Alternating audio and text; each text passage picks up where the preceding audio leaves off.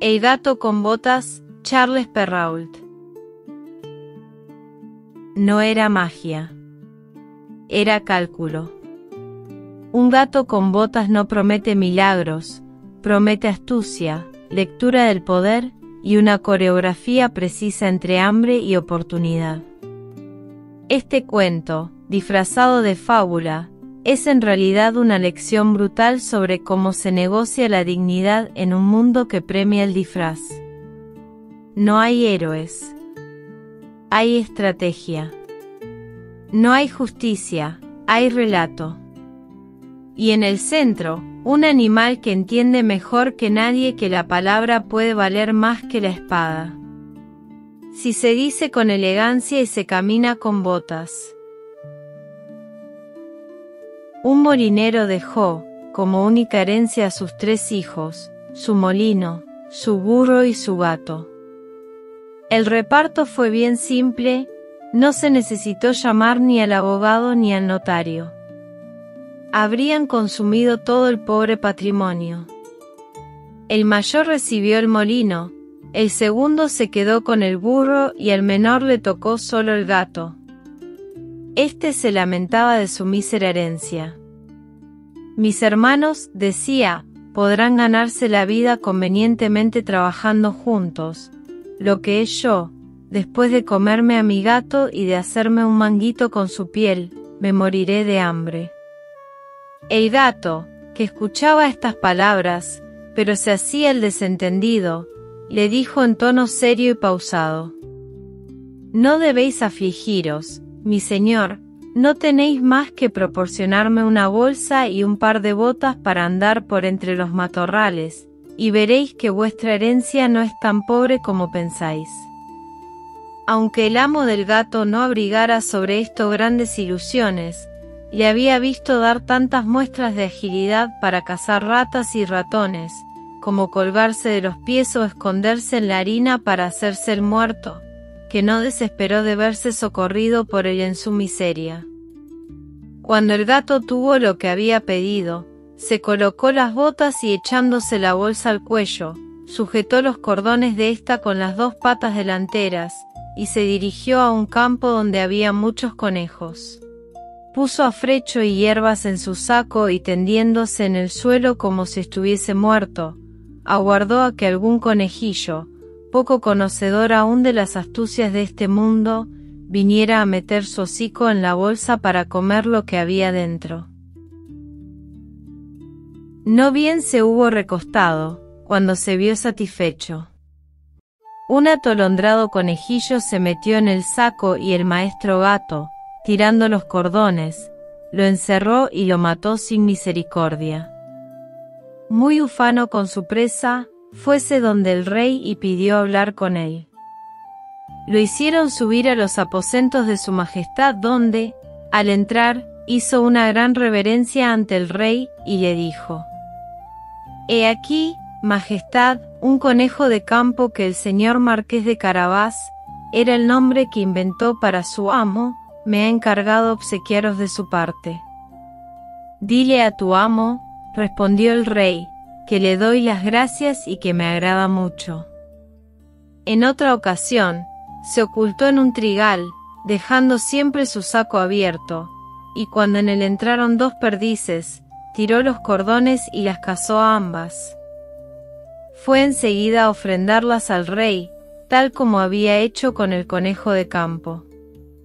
El rey recibió también con agrado las 2 perdices, y ordenó que le diesen de beber. El gato continuó así durante 2 o 3 meses llevándole de vez en cuando al rey productos de caza de su amo. Un día supo que el rey iría a pasear a orillas del río con su hija, la más hermosa princesa del mundo, y le dijo a su amo: Si queréis seguir mi consejo, vuestra fortuna está hecha, no tenéis más que bañaros en el río, en el sitio que os mostraré, y enseguida yo haré lo demás. El marqués de Carabás hizo lo que su gato le aconsejó, sin saber de qué serviría. Mientras se estaba bañando, el rey pasó por ahí, y el gato se puso a gritar con todas sus fuerzas: ¡Socorro! ¡Socorro! El señor Marqués de Carabás se está ahogando.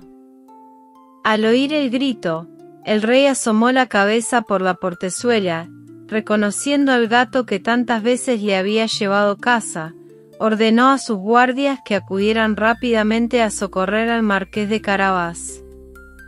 En tanto que sacaban del río al pobre marqués, el gato se acercó a la carroza y le dijo al rey que mientras su amo se estaba bañando, unos ladrones se habían llevado sus ropas pese a haber gritado al ladrón con todas sus fuerzas. El pícaro del gato las había escondido debajo de una enorme piedra. El rey ordenó de inmediato a los encargados de su guardarropa que fuesen en busca de sus más bellas vestiduras para el señor Marqués de Carabás.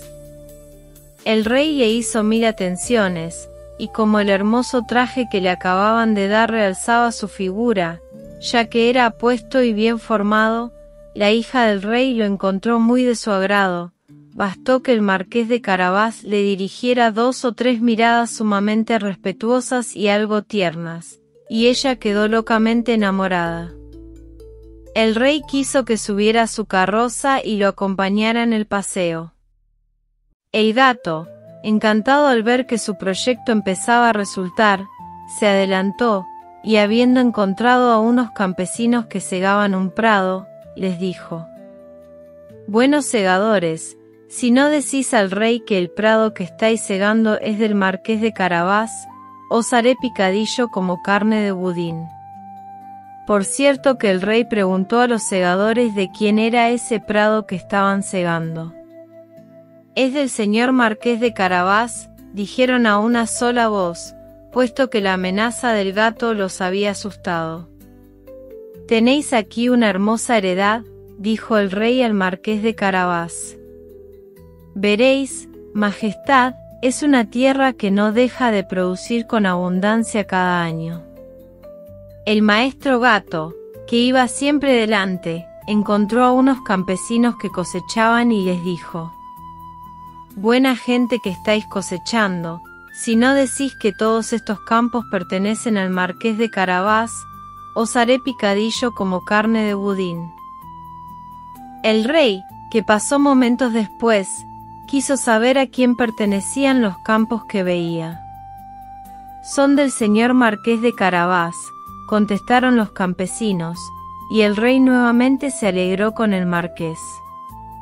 El gato, que iba delante de la carroza, decía siempre lo mismo a todos cuantos encontraba, y el rey estaba muy asombrado con las riquezas del señor Marqués de Carabás. El maestro gato llegó finalmente ante un hermoso castillo cuyo dueño era un ogro, el más rico que jamás se hubiera visto, pues todas las tierras por donde habían pasado eran dependientes de este castillo. El gato, que tuvo la precaución de informarse acerca de quién era este ogro y de lo que sabía hacer, pidió hablar con él, diciendo que no había querido pasar tan cerca de su castillo sin tener el honor de hacerle la reverencia. El ogro lo recibió en la forma más cortés que puede hacerlo un ogro y lo invitó a descansar. «Me han asegurado», dijo el gato, «que vos tenías el don de convertiros en cualquier clase de animal, que podíais, por ejemplo, transformaros en león, en elefante». «Es cierto», respondió el ogro con brusquedad, «y para demostrarlo veréis cómo me convierto en león». El gato se asustó tanto al ver a un león delante de él que en un santiamén se trepó a las canaletas, no sin pena ni riesgo a causa de las botas que nada servían para andar por las tejas. Algún rato después, viendo que el ogro había recuperado su forma primitiva, el gato bajó y confesó que había tenido mucho miedo.